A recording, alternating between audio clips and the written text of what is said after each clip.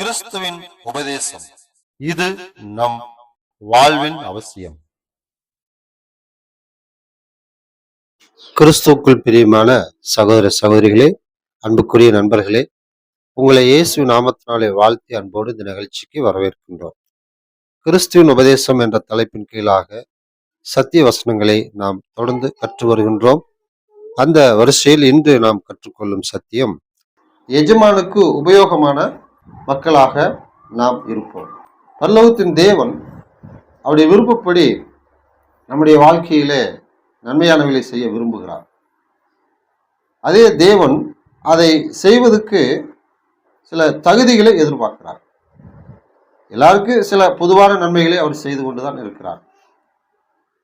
சூரியனை உதிக்க பண்ணுவது, மழையை பெய்ய பண்ணுவது, பூமியில் இருக்கிற நல்லோர் தீயோர் யாவருக்கும் அது நடக்கிறது. மத்தியில் நம்ம அதை படிக்கிறோம். அதை தாண்டி அவருடைய பிள்ளைகளுக்குன்னு சில விசேஷித்த நன்மைகளை அவர் வைத்திருக்கார். கானானிய ஸ்திரீ தன்னுடைய மகள் சுகவீனமாக இருக்கிறாங்க, வந்து சுகப்படுத்தும்படி கேட்டுக்கொண்டார். அப்போ அவர் ஒரு வார்த்தை சொல்வார், பிள்ளைகளுக்குரியதை எடுத்து நாய்க்குட்டிகளுக்கு போடுவது தகுதி அல்ல அப்படின்னா.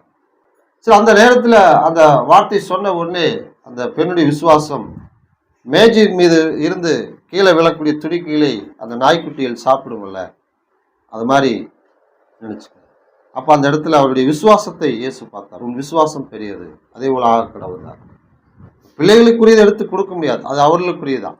ஆனால் பிள்ளைகள் சாப்பிடும்போது ஒரு சிலது கீழே விழுமல்ல, அதை சாப்பிடுமல்ல, அது மாதிரி கீழே விழுது சாப்பிட்றதுக்கு எங்களுக்கு ஒரு வாய்ப்பு தாங்க. தேவனுக்குரியதை அவருடைய விருப்பப்படி அவர் சித்தம் வைத்து திட்டம் வைத்து யாருக்கு எதை செய்ய நினைக்கிறாரோ அதை அவர் தான் செய்வார். அதை யார் தடுத்தாலும் யார் அதை நாம முடியாது. சரி, அந்த வகையில் தேவனுடைய விருப்பப்படி நாம இருக்கக்கூடிய மக்களாக, பாத்திரவான்களாக இருக்கணும் அப்படிங்கிறார். எஜமானுக்கு உகந்த ஜனங்களாக, உகந்த பிள்ளைகளாக, எஜமானுக்கு பாத்திரமான ஒரு தகுதி நிலையில நம்ம இருக்கக்கூடிய மக்களாக இருக்கும். சில நேரங்களில் நம்மளை சில மக்கள் கண்டுகொள்ளவே மாட்டார்கள். நம்மளை எந்த விஷயத்துக்கும் பயன்படுத்த மாட்டாங்க, எதையுமே நம்மளோடு கலந்துக்கவே மாட்டாங்க.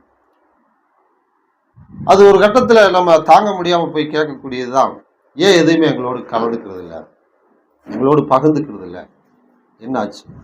அப்போ அவங்க ஒரே வார்த்தை சொல்லுவாங்க, அதுக்கான தகுதிகள் உங்களுக்கு இருக்கிற மாதிரி எங்களுக்கு தெரியல, அதனால தான் நாங்கள் அதுக்கு சம்மந்தப்பட்ட மக்களை நாங்கள் பயன்படுத்திக்கிறோம் அப்படின்னு போயிடுவாங்க. அந்த வார்த்தை கேட்குற வரைக்கும் நமக்கு ஏன் எதனால் அப்படிங்கிற ஒரு கவலை இருந்தது. இப்போ நமக்கு தகுதி இல்லை, அதுக்கான பாத்திரவான்கள்ங்கிற நிலையில் நம்ம இல்லைன்னு சொன்ன வார்த்தை கேட்டோடனே இன்னும் மனசு ரொம்ப பாதிக்கப்படும். ஏன் நாங்கள் அந்த அளவுக்கு தகுதி இல்லாத மக்களா? அப்போ நமக்குள்ளாக சில ஒரு உந்துதல் வரும். சரி, இந்த மக்களுக்கு முன்னாடி நாம தகுதிப்படுத்திக்கொண்டு இவர்களே நம்மளை ஒரு முறை கூப்பிட்டு இந்த வேலையில சொல்லக்கூடிய அளவுக்கு நம்ம மாறணும், வளரணும் அப்படிங்கிற அந்த தாகம் நமக்குள்ள வரும். அப்ப அந்த தகுதி உள்ள மக்களை உலகத்தார் பயன்படுத்துறாங்க. தேவனும் அவருடைய பிள்ளைகளிலே கிறிஸ்துவுக்குள்ளாக வருவதற்கு சில தகுதிகள் உண்டு. விசுவாசமும் தேவனுக்கு கீழ்ப்படியோ முழு மனசோடு இருந்தால் அது ஏற்றுக்கொள்வார்.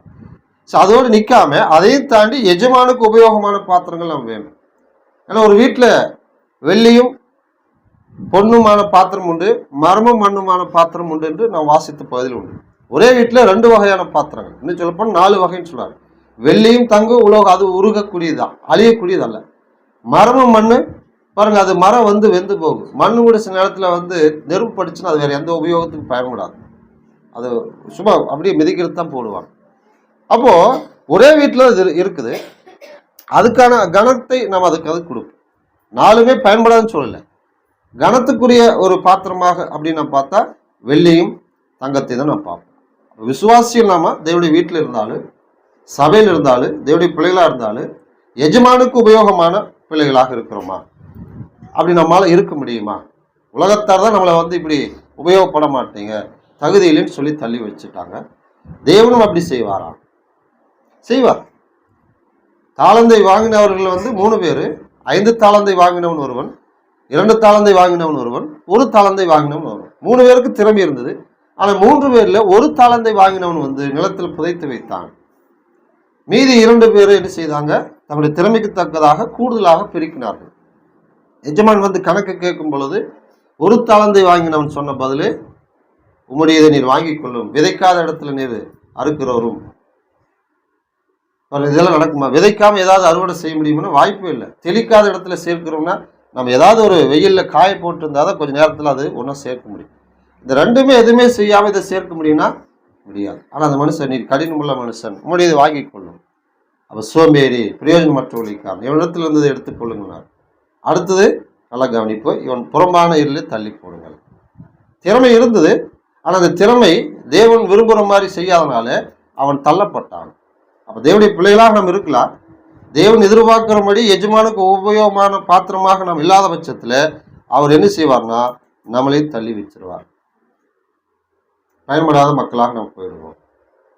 ஆனால் நம்ம வாழ்ந்துட்டு தான் இருப்போம், சபையில தான் இருப்போம். இது போன்ற நாம தேவனுக்கு உபயோகமான பாத்திரமாக இருக்க முடியாமல் போயிடுமா? நிச்சயமாக அப்படி இல்லை. எஜமான் விரும்புகிற பாத்திரமாக ஒரு கருவியாக நம்ம இருக்க முடியும். சரி, அது எப்படிங்கிறத நம்ம பார்க்க போறோம். சில வசனங்களை படிக்கும் பொழுது நமக்கு அது புரியும். தேவன் அவருடைய சித்தத்தின்படியாக பயன்படுத்த நினைக்கிற அந்த பாத்திரவான்கள் மனிதர்கள் மட்டுமல்ல, மற்ற தேவனுடைய படைப்புகளிலிருந்து சிலவற்றை அவர் தன்னுடைய விருப்பத்துக்காக பயன்படுத்தியிருக்கார். அவருடைய வேலைகளை செய்திருக்குது. எஜமானுக்கு அவர் கீழ்ப்படிந்திருக்குது. எஜமான் அப்படின்னாலே உரிமையாளர். எஜமானு கீழே இருக்கிறவர்கள் வேலையாட்கள், அவருக்காக சேவை செய்கிற மக்கள். அப்போ எஜமான் அதிகாரத்தோடு சொல்லும் பொழுது அந்த வேலையால் அந்த அதிகாரத்துக்கு உட்பட்டு செயல்படும். அப்படி செயல்படும் பொழுது அந்த எஜமானுக்கு தகுதியான பாத்திரமான பிள்ளைகளாக, வேலையாட்களாக நம்ம தொடர்ந்து வாழ முடியும். சரி, அப்படிப்பட்ட ஒரு வாழ்க்கையில நம்மளாம் இருக்க முடியுமாங்கிறது ஆழமான கேள்வி. இருக்க வாய்ப்பு உண்டு. எப்படி? அதுக்கு முன்னாடி தேவனுடைய அந்த அதிகாரத்துக்கு தேவனுடைய படைப்புகளும் கூட கீழ்ப்படிஞ்சு வேலை செஞ்சிருக்குது. அப்படி கீழ்ப்படியும் பொழுது அவைகள் கீழ்ப்பட்டவைகள் எல்லாமே அவருக்கு உகந்த பாத்திரமாக இருந்திருக்குது. அப்ப அதே தேவனுக்கு உகந்த ஒரு பாத்திரமாக, கருவியாக இருந்திருக்குதுன்னா நாமும் தேவனுக்கு கருவியாக, பாத்திரமாக இருக்க முடியும் தானே? அதைத்தான் நம்ம படிப்போம். 1 ராஜாக்கள் 17ஆம் அதிகாரம் வசனம் 4 முதல் 6 வரைக்கும். அந்த ஆற்றின் தண்ணீரை குடிப்பாய், அங்கே உன்னை போஷிக்க காகங்களுக்கு கட்டளையிடுவேன் என்றார். அவன் போய் கர்த்தருடைய வார்த்தையின்படியே யோர்தானுக்கு நேராக இருக்கிற கேரித் ஆற்றண்டையில தங்கி இருந்தான். காகங்கள் அவனுக்கு விடிய காலத்து அப்பமும் இறைச்சியும், சாயங்காலத்தில் அப்பமும் இறைச்சியும் கொண்டு வந்தது. தாகத்துக்கு அந்த ஆற்றின் தண்ணீரை குடித்தான். இப்ப இந்த இடத்துல எலியாவுக்கு ஒரு ஆபத்து. அதனால தேவன் அவரை தப்பித்துக் கொள்வதற்காக இந்த கேரித் ஆற்றண்டையில போய் தங்கிக் கொள்கிறார். ஆகாப் ராஜா மூலியமா, ஏசபேல் மூலியமாக பிரச்சனைகள் வரும். அதுல தப்பிக்கிறதுக்கு என்ன வழி? தேவன் சொல்ல, நீ இந்த இடத்துக்கு போ, உன்னை போஷிப்பதற்கு நான் காகங்களுக்கு கட்டளையிடுவேன். தேவனுடைய வல்லமையான செயல் என்ன? கர்த்தருடைய வார்த்தையின்படியே அந்த காகங்கள் ஆகாரத்தை காலையும் மாலையும் 2 வேளை கொண்டு வந்து கொடுக்கும். தேவனுடைய நாமத்தை மயம்படுத்தும்படி அந்த எஜமானுக்கு காகங்கள் கூட கீழ்ப்படியுது. காகங்களை கூட தேவன் அந்த இடத்துல பயன்படுத்த முடிஞ்சிருக்குது. என்னுடைய விருப்பப்படி, என்னுடைய எதிர்பார்ப்புப்படி இந்த காகமானது வேலை செய்யுது. அப்ப எஜமான் என்ன செய்வாரு? அதுக்கு என்ன தேவையோ அதை கொடுப்பாரு. தனக்கு தேவையானதுக்காக பயன்படுத்துறாரு. அதை செஞ்ச உடனே அதுக்கு ஆகாரத்தை கொடுக்கக்கூடிய தேவனாக, எஜமானாக இருக்கிறார். அப்ப நம்முடைய ஆவிக்குரிய அந்த எஜமான் தேவன். அந்த எஜமானுக்கு நாம உகந்த மக்களாக வாழ முடியுமா? முடியும். எப்போ? அவைகள் தேவனுக்கு கீழ்ப்படிந்தனாலே காகங்களை அவர் பயன்படுத்தினாரு. நாமும் அவர் கீழ்ப்படிய ஆரம்பிச்சா நாமும் அவரால் பயன்பட முடியும். எஜமானுக்கு உகந்த மக்களாக இருக்க முடியுமா? முடியும். எப்படிங்க? என்னால் வாய்ப்பு இல்லையே, எல்லாரும் என்ன வேண்டாங்கிறாங்களே. ஆமாம், எல்லாரும் வேண்டான்னு தான் சொல்லுவாங்க. தேவன் வேண்டான்னு சொல்லுவாரா? அவருக்கு நீங்கள் ஒப்பு கொடுத்து செயல்பட்டு பாருங்க, பயன்படுத்துவார். ஏன்னா காகங்களை அவருடைய வேலை செய்ய பயன்படுத்தியிருக்கு. நீதிமொழிகள் 30ஆம் அதிகாரம் திருப்பி வசனம் 25 நாம் படிக்கும் பொழுது, அவை யாவன அற்பமான ஜந்துவாயிருந்தும் கோடை காலத்திலே தங்கள் ஆகாரத்தை சம்பாதிக்கிற எறும்பும். அப்ப எறும்பை பற்றி இங்கே தேவன் சொல்கிறார். எறும்பு தேவனுடைய விருப்பத்தை செய்கிறது. அந்த எஜமானுக்கு அது உகந்த ஒரு பாத்திரமாக இருந்திருக்கிறது. எப்படி? வசனம் 24, பூமியில் சிறியவளாயிருந்தும் மகா ஞானம் உள்ளவைகள் 4 உண்டு. எறும்பு மட்டுமில்லை, அதை தொடர்ந்து வசனம் 26 சத்துவமற்ற ஜந்துவாயிருந்தும் தங்கள் வீட்டை கண்மலை மேல் தோண்டி வைக்கும் குழி முசல்களும், ராஜா இல்லாதிருந்தும் பவுஞ்சியா புறப்படுகிற வெட்டிக்கிளிகளும், தன் கையினால் வலையை பின்னி அரசர் அரண்மனையில் இருக்கிற சிலந்தி பூச்சியுமே. சின்ன ஒரு ஜந்து தான், ஆனால் இதெல்லாம் என்ன செய்யுது? ஞானம் உள்ளதாக இருக்கிறது. அப்ப ஞானம் நமக்கு தேவை. தேவன் தான் அதை கொடுக்கிறார். சோம்பேறியா இருக்கிறவன் வந்து சுறுசுறுப்பை கற்றுக்கொள்ளணும். தேவனுக்கு பிரியமான வேலைகளை செய்யும். இதை கற்றுக்கொள்வதற்கு நமக்கு யாரை உதாரணப்படுத்துறாரு? நாம் ஒரு மனுஷனை பார்த்து சொல்லுவோம், அவரை பாருங்க, அந்த அம்மாவை பாருங்க, அந்த பையனை பாருங்க, அந்த பொண்ணை பாருங்கப்பா, நல்ல விஷயம் தான். ஆனா தேவன் நமக்கு கொடுக்கக்கூடிய வார்த்தை என்ன பாருங்க, நீதிமொழிகள் 6ஆம் அதிகாரத்துல பாருங்க, வசனம் 6ல, சோம்பேறியே நீ எருமிடத்தில் போய் அதன் வழிகளை பார்த்து ஞானத்தை கற்றுக்கொள். ஒரு சின்ன ஜந்துவா இருந்தும் அது ஞானம் உள்ளதுன்னு நான் படித்தோம். எந்த வகையில ஞானம் உள்ளதா இருக்குது?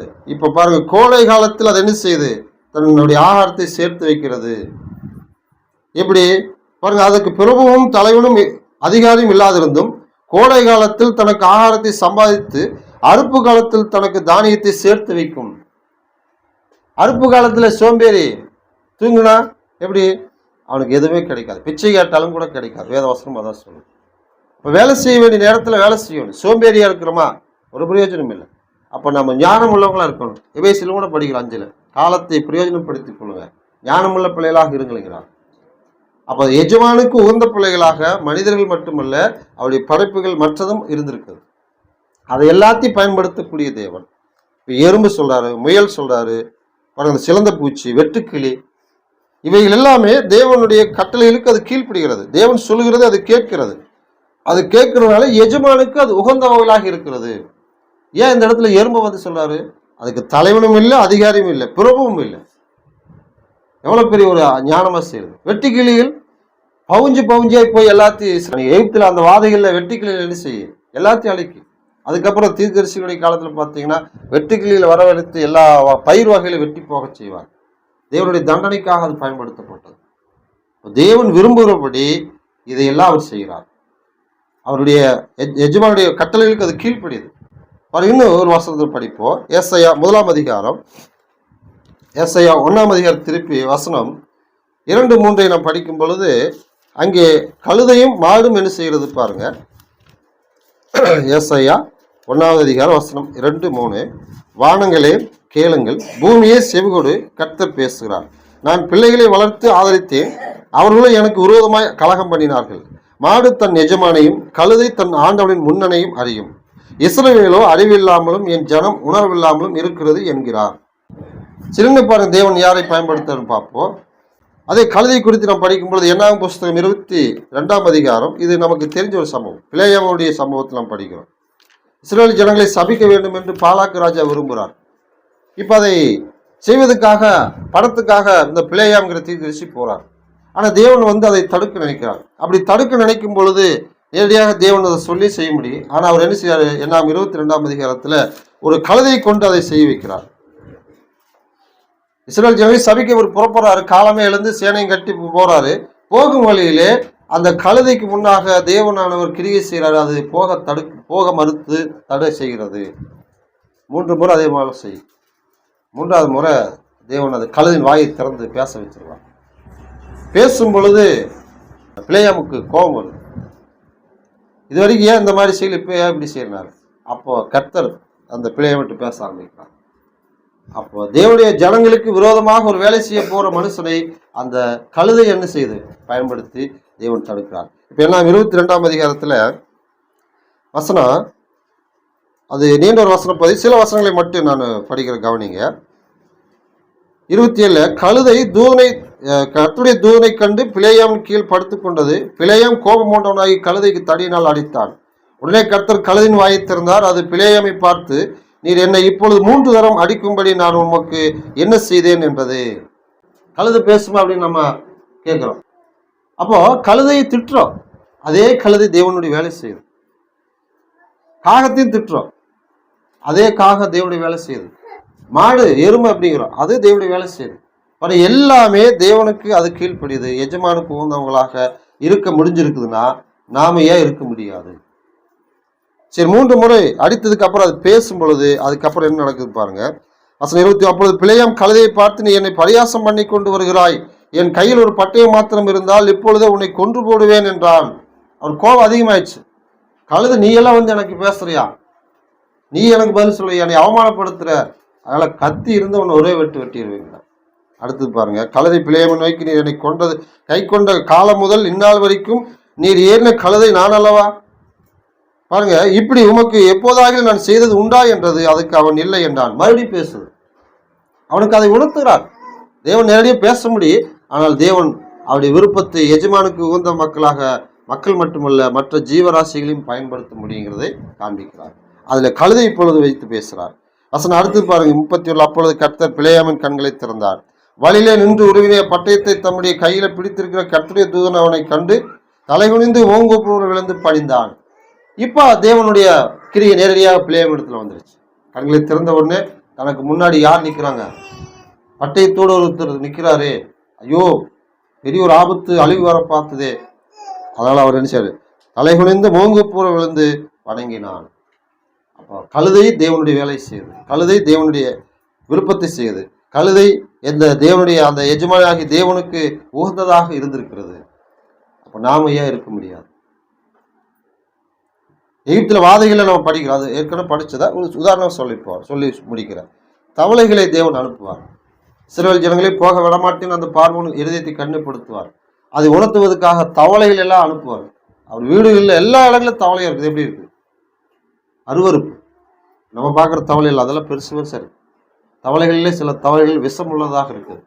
அதை தொட்டாலே விஷம், அந்த அளவுக்கு இருக்கிற தவளைகள்லாம் இருக்குது. அப்போ தேவனுடைய வேலையை அதை செய்கிறது. பேன்கள் வருது, புழுதி வருது, வெட்டுக்கிளிகள் வருது. யோனாவை நம்ம கவனிக்கும் பொழுது தேவனுடைய வேலை செய்ய ஒரு இடத்துக்கு அவர் அனுப்புறாரு. ஆனால் தேவனுடைய வேலைக்கு மாறாக அவர் வேறொரு இடத்துக்கு போறாரு. அதை உணர்த்துவதற்காக தேவன் வந்து அவரை கடல்ல தூக்கி போடும்படி ஜனங்களுக்கு அனுமதி கொடுக்குறாரு. தூக்கி போட்டாங்க. தூக்கி போட்டவர் இறந்துருவாருன்னு நமக்கு எல்லாருக்கும் தெரியும். யோனா அதை பத்தி நினைச்சாலும் தெரியல. ஆனால் தேவன் ஒரு மீனு கட்டளையிட்ட உடனே அதை என்ன செஞ்சது? அவரை அதை விழுங்கி போட்டது. யோனா புஸ்தகம் நம்ம அதை படிக்க முடியும். 1ஆம் அதிகாரம் 15ஆம் வசனத்திலிருந்து 5ஆம் வசனம் 15லேருந்து 17ஆம் வசனம் வரைக்கும் படிக்க முடியும். 2ஆம் அதிகாரம் 10 இது எல்லாமே மறுபடியும் அந்த யோனா கரையில் வந்து கக்கும்படி தேவன் மீனு கட்டளையிடுறார். அப்போ தேவனுடைய விருப்பத்தை அந்த எஜமானுக்கு அவைகள் எல்லாம் கீழ்ப்படுகிறது. எஜமானுக்கு அவைகள்லாம் உகந்த பாத்திரங்களாக இருந்திருக்கிறது. அதனால அதை பயன்படுத்துறார். அதை கொண்டு மக்களுக்கு சத்தியத்தை சொல்றார். ஜனங்களுக்கு தேவன் சத்தியத்தை சொல்றார். அந்நிய ஜனங்களுக்கும் அவைகளை வந்து கொண்டு பாடங்களை கற்றுக் கொடுக்காரு. தம்முடைய ஜனங்களுக்கும் அந்நிய மிருகங்களை கொண்டு பாடங்களை கற்றுக் கொடுக்க தேவன் பயன்படுத்தியிருக்காருன்னா நம்மளை கொண்டு தேவன் பயன்படுத்த முடியாதா? கல்லுகளுக்கு கூட பேசுகிறார். கல்லு, மண்ணு, சில நேரத்துல மண்ணு மாதிரி இருக்கிற அப்படிமா, ஒண்ணுமே இல்லை, வெறும் மண் நாட்டு இருக்கிற மக்கு அப்படிமா. இப்ப லூக்கா 19ஆம் அதிகாரத்துல பாருங்க, தேவன் அவருடைய குமார் நேசுவானவருடைய ஊழிய நாட்கள்ல அற்புதங்களை செய்கிறாரு. அதை பார்த்த மக்கள் அவரை துதித்து பாடுறாங்க. இதை ஏற்றுக்கொள்ள பொறுக்காத மக்கள் அவரை வந்து என்ன செய்யறாங்க? இந்த ஜனங்கள் எல்லாம் பேசாம இருக்கு சொல்லுங்க. இப்ப அவர் சொல்லாரு, இவங்க பேசலனால இந்த கல்லுகள் கூப்பிடுங்கிறார். லூக்கா 19ஆம் அதிகாரத்துல வசனம் 39 பாருங்க. அப்பொழுது கூட்டத்திலிருந்து பரிசேயர் சிலர் அவரை நோக்கி, போதகரே, உம்முடைய சீசர் அதட்டும் என்றார்கள். ஏன்னா வசனம் 38 பாருங்க, கர்த்தருடைய நாமத்தினாலே வருகிற ராஜா ஸ்தோத்திரிக்கப்பட்டவர், பரலோகத்திலே சமாதானமும் உன்னதத்திலே மகிமையும் உண்டாவதாக என்று மிகுந்த சந்தோஷத்தோடைய தேவனை புகழ்ந்தார்கள். தேவனை புகழ்ந்து பாடுவது விருப்பம் இல்லாம பிடிக்காத மக்கள் என்ன செய்யறாங்க? இது எல்லாத்தையும் சொல்ல வேணாம், தடுத்துருங்க. அதுக்கு அடுத்து 40 அவர்களுக்கு அவர் பிரயத்திரமாக இவர்கள் பேசாதிருந்தால் கல்லுகளே கூப்பிடும் என்று உங்களுக்கு சொல்லுகிறேன் என்றார். கல்லுகள் கூப்பிடுமா? எங்க கல்லு பேசுங்களா? மண்ணு பேசுமாங்கிறோம். நமக்கு தெரிஞ்ச அளவுக்கு பேசாது. ஆனா தேவன் நினைச்சா பேச வைக்க முடியும். அதே கல்லு அந்த கற்பாலிலிருந்து தண்ணீர் வர வச்சாரு. எவ்வளவு பெரிய வருது? மண்ணு ஒண்ணுமே இல்லைங்கிற அதே மண்ணை வச்சுதான் மனுஷனை உருவாக்குனாரு. அதே அமைப்பில் நம்ம 2ஆம் அதிகாரத்தில் படிக்கிறோம். பூமியின் மண்ணினாலே மனுஷனை உருவாக்கினாரு. அப்ப கல்லானாலும் சரி, மண்ணானாலும் சரி, தேவனுடைய விருப்பத்தை செய்ய அவர் நினைச்சிட்டாருனா, திட்டம் பண்ணாருன்னா அதை அவரால் பயன்படுத்த முடியும். அப்படி பயன்படுத்துவதுக்கு அது ஒப்பு கொடுக்குது. எப்படி ஒப்பு கொடுக்குது?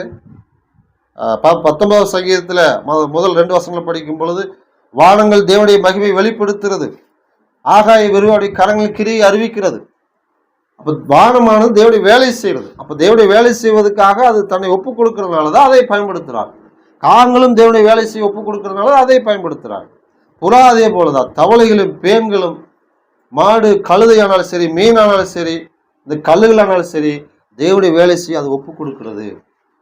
ஒட்டுமொத்த உலகமே என்ன செய்யுது? எஜமான கீழ்ப்படியுது. உலகம்னா மனுஷங்களை தவிர மற்றெல்லாம் தேவனுக்கு கீழ்ப்படியுது. சமுத்திரம் அவருடைய கட்டளை கீழ்ப்படியுது.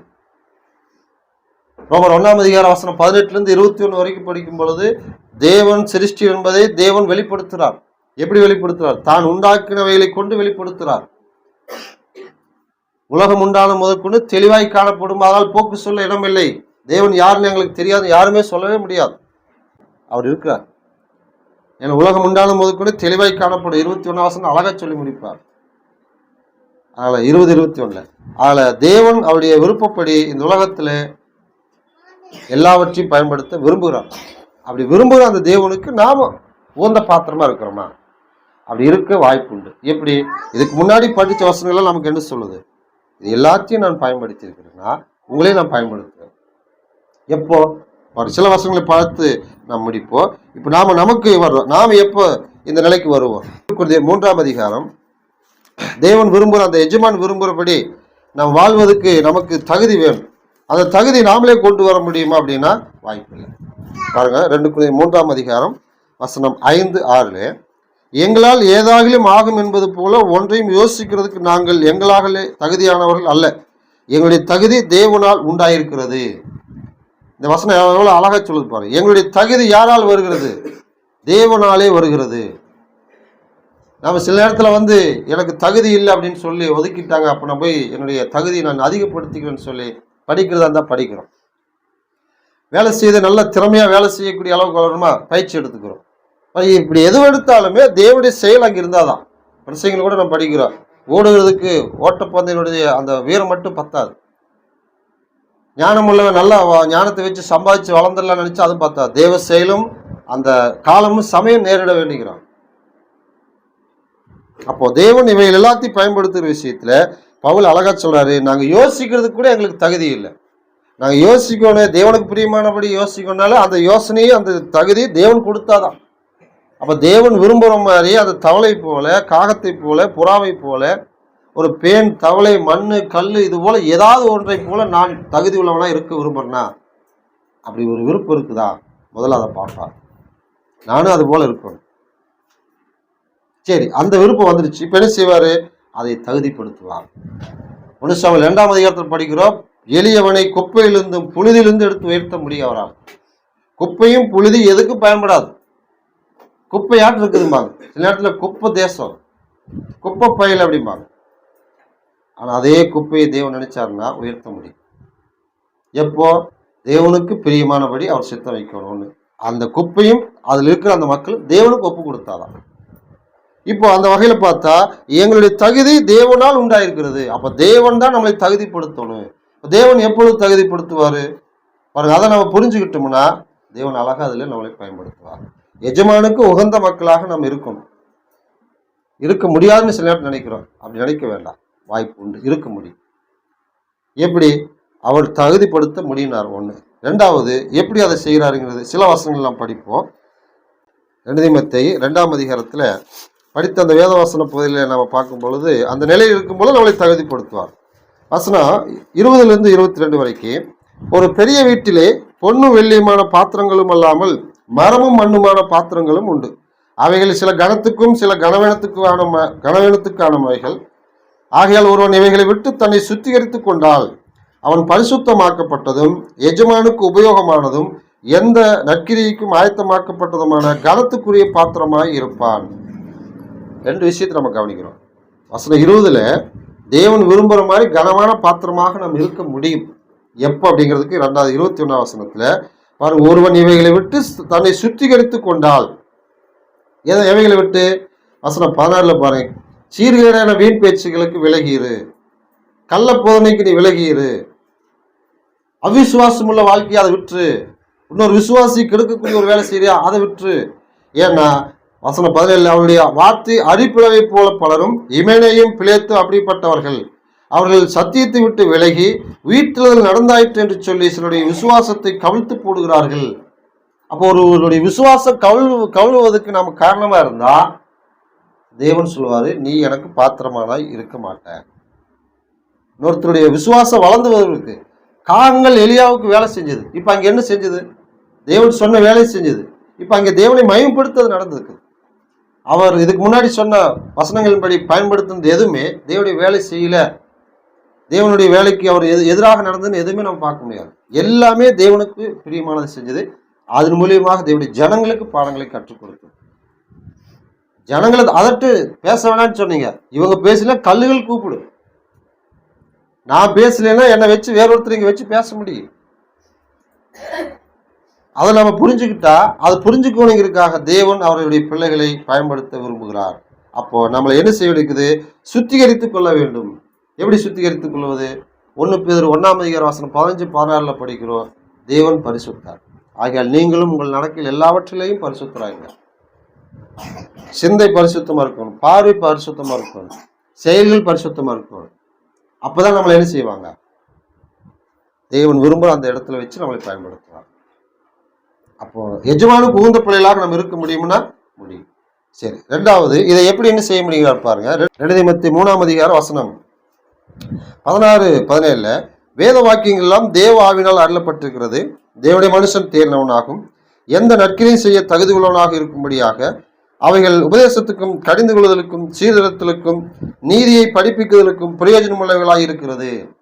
வசனம் 16 கடைசி ஒரு வார்த்தை சொல்ல பாருங்க. எந்த நற்கிரியை செய்ய தகுதி உள்ளவனாக இருக்கும்படி செய்யும்.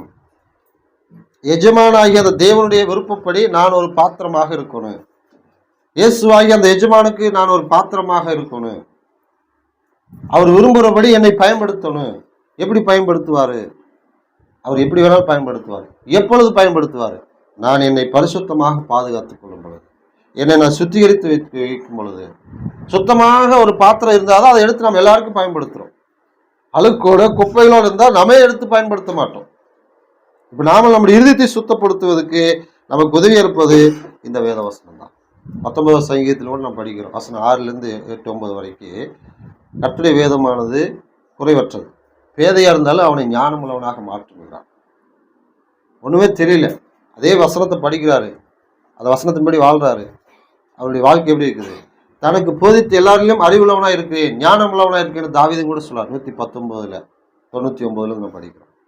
அப்போ அந்த வேத வசனம் தான் நமக்கு என்ன செய்யுது? தகுதி உள்ளவனாக்கும். அப்ப தேவன் நம்மளை தகுதிப்படுத்த விரும்புகிறார். அவரால் தான் நம்மளை தகுதிப்படுத்த முடியும். அதை எப்படி தகுதிப்படுத்துறாரு? நான் சொன்ன வசனங்களை கேளுங்க, வசனங்களின்படி நடங்க, வசனங்களின்படி உங்கள் இதயத்தை பரிசுத்தப்படுத்திக் கொள்ளுங்க.